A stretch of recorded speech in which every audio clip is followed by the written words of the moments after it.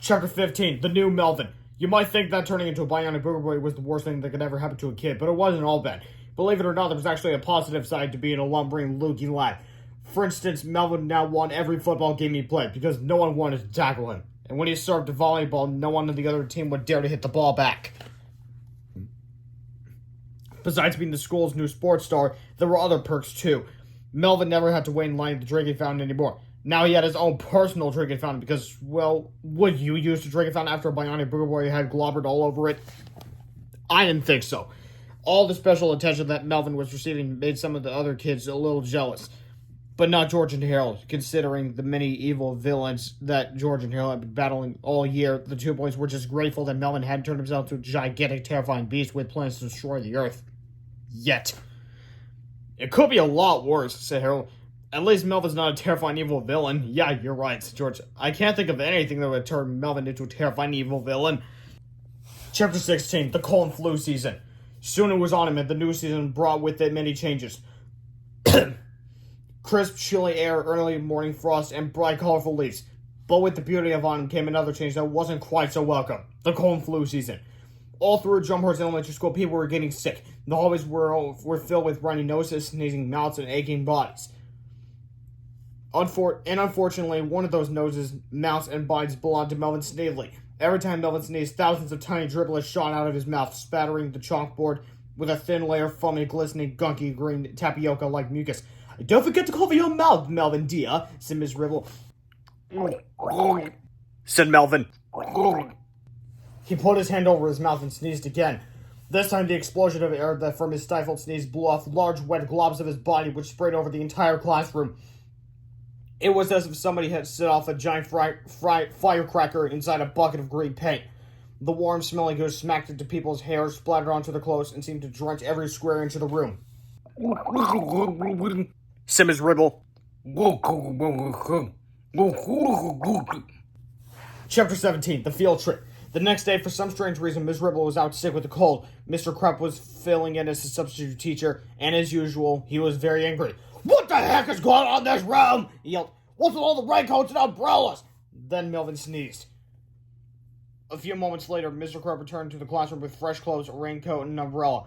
All right, everybody, he shouted. Today's field trip day. Miss Eltham and I are taking you all to Snotty Bro's tissue factory to see how blow rags are made. The word tissue made Melvin jump. He cried in a panic. An eerie silence fell over the classroom. Everybody looked at Melvin in shock. Did Melvin just say me no like tissues? asked Harold. Yeah, said George. I never heard him misuse an objective pronoun before. Who does he think he is? Frankenstein? Actually, it's Frankenstein's monster. It's not. Chapter 18, Things Get Bad.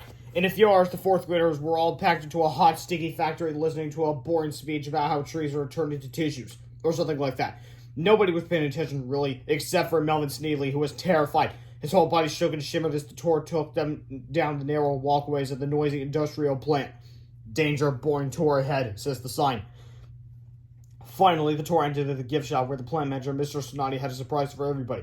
Behind this red curtain with black dots on it, said Mr. Snotty, is a free gift for each of you. Mr. Snotty pulled back the curtain to reveal a pile of sample tissue packs. Help yourselves, said Mr. Snotty. There's enough for everybody. Screamed Melvin. Oh, don't be silly, said Mr. Snotty. Everybody loves tissues, and our tissues are extra absorbent. They really help to wipe out phlegm and mucus. Screamed Melvin again. Nonsense, laughed Mr. Snotty. He tossed a couple of sample tissue packs at Melvin. Here you go, young man, he said. Enjoy. The tissue packs fled through the air and stuck into Melvin's back. Melvin screamed. His eyes began to glow green as he beat his chest in anger, like the Hulk. Suddenly, Melvin's shoulders started to bubble. His chest expanded. The flexor grew robotic steel, and Melvin's exoskeleton flexed and grew. His neck and head widened, and his body swelled to a height of 13 feet. Melvin grabbed the tissue packs in his massive dripping fingers and flung them to the ground. Melvin warned.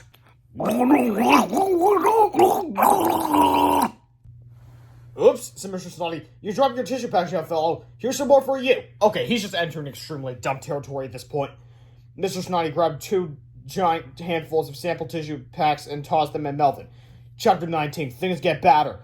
Frantically, Melvin swatted at the 9 new tissue packs stuck to his upper torso if they were swarming with stinging bumblebees. He stomped his giant spiked feet and thrashed about violently as his hulking body doubled, then tripled in size.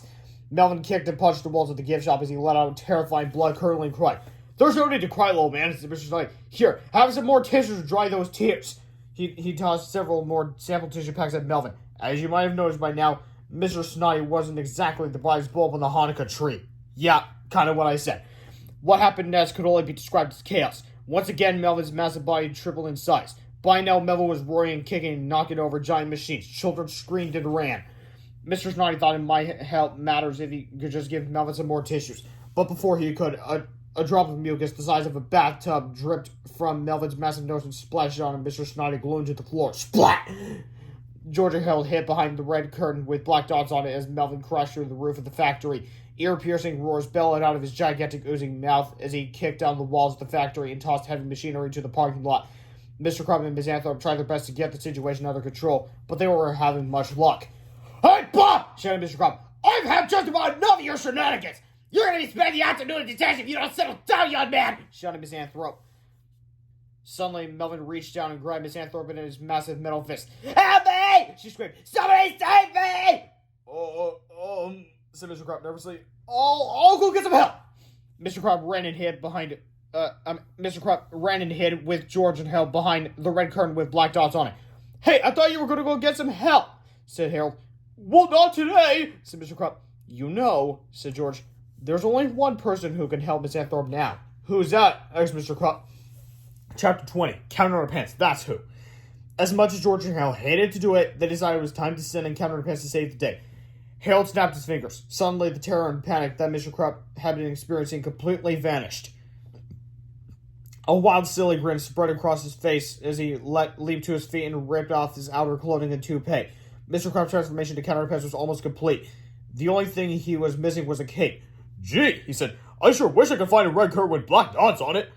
"Hey," said George as he pointed to the red curtain with black dots on it. "Here's a red curtain with black dots on it. What a remarkably unexpected coincidence," said Count Underpants as he grabbed the latest in a series of convoluted plot devices and tied it around his neck. By this time, Melvin had stomped his way out of the factory and into the downtown area, leaving behind a twisted path of mucus-coated destruction. Count Underpants flew into the air, following the trail of terror until he was face-to-face with a snot-spewing cyborg. "I order you to stop," said Count Underpants, "in the name of all that is brave, strong, and cockney." Melvin did not listen. Count Underpants had no choice but to fight the boogery behemoth, but first he needed to save Miss Anthorpe. Quickly, our hero flew to either side, grabbed her hands, and pulled firmly.